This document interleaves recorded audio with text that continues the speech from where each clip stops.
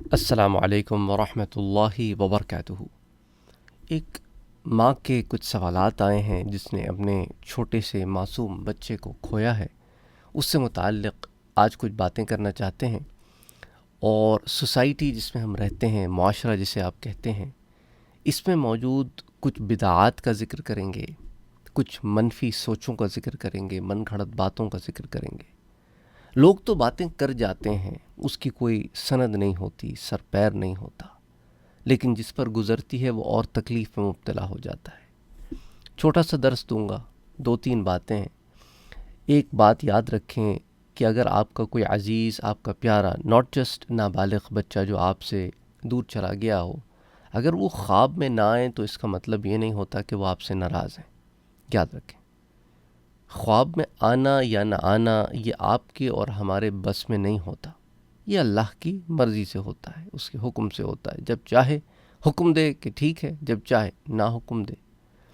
تو خواب میں اپنے کسی عزیز کا نہ آنا آپ کے لیے کوئی اس طرح کا معاملہ نہیں ہے کہ وہ آپ سے ناراض ہیں۔ دوسری بات، خواب میں لوگ نہیں آ رہے کیونکہ وہ پریشان ہیں یا ان کو تکلیف ہو رہی ہے، یہ بھی کوئی ریزن نہیں۔ تیسری بات، ہمارے یہاں پر رونے سے کیا ان کو تکلیف ہوتی ہے؟ بھئی آپ کے رونے سے ان کو کیوں تکلیف ہوگی، وہ کیوں پریشان ہوں گے؟ Just doesn't make sense, right؟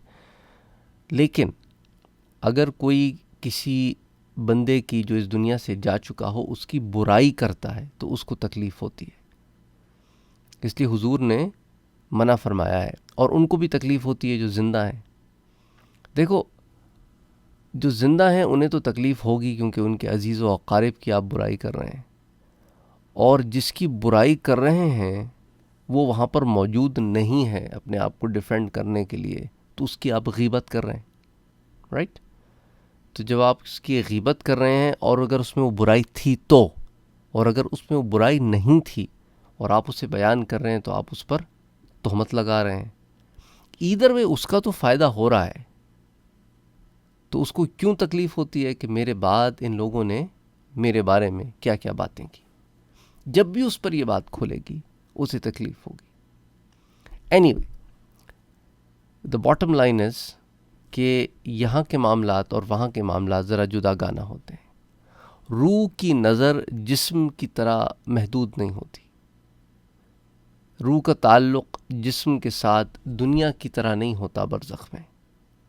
اور ایک اور آخری بات، ہمارے ہاں کچھ ایسی باتیں لوگوں نے عام کر دی ہیں جن کا تعلق یا ان کی پاسٹ رسومات سے تھا، یا کسی زمانے میں وہ غیر مسلم رہے ہوں، ان میں یہ بدعات تھیں، تو انہوں نے اسے اسلام کا جامہ پہنا کر مسلمانوں کے لیے بھی کر دیا ہے۔ بہن کا سوال یہ ہے کہ مجھے لوگ منع کرتے ہیں کہ وہ عورت جس کا نابالغ بچہ فوت ہو گیا ہو، وہ عصر سے لے کر مغرب تک پانی نہ پیے، عصر کی نماز جب پڑھ لے تو مغرب تک پانی نہ پیے۔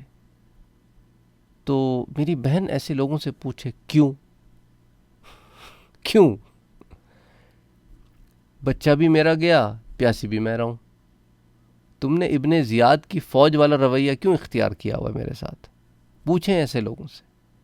یہ کہاں لکھا ہے؟ قرآن میں ہے، حدیث میں ہے، صحابہ کی زندگی میں ہے، کہاں سے یہ ثابت ہے؟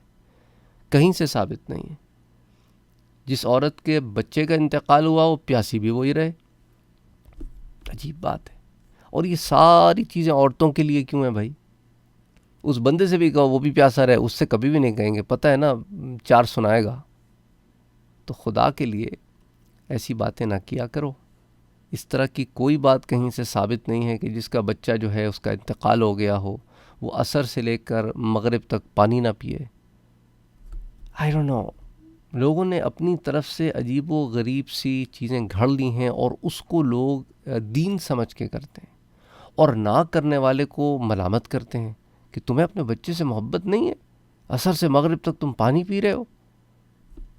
عجیب لوگ ہیں، خود ہی محبت کے پیمانے بنا لیے ہیں اور خود ہی ان کو امپلیمنٹ کرتے ہیں، اور اس کا کوئی ان کے پاس اس کی کوئی سند نہیں ہے۔ اس لیے جب بھی کوئی اس قسم کی اوٹ پٹان باتیں آپ سے کہے تو کہے کہاں لکھا ہے، کہاں سے ثابت ہے، آپ کو یہ باتیں کس نے بتائیں، کیا یہ باتیں اللہ اور اس کے رسول نے بتائی ہیں؟